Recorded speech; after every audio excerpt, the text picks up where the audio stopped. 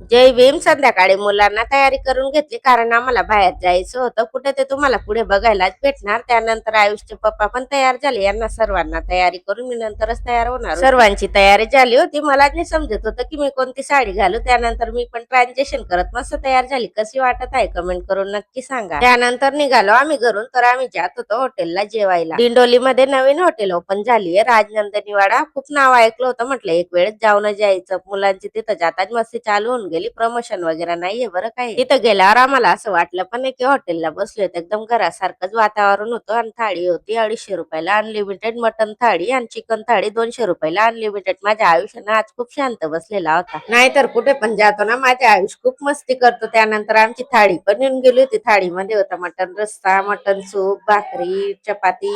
आयुषला माझ्या mutton soup खूप आवडलं. त्याने दुसरं जेवणच केलं नाही, फक्त सूपच पिलं. खरंच खूप छान थाळी होती, मटन थाळी. त्यानंतर आलो आम्ही घरी. माझ्या सोरांशी ना गाडीवरच झोपून गेला होता. म्हटलं पहिले त्याला आथरूनच टाकून देते कारण सकाळी त्याची शाळा पण असते.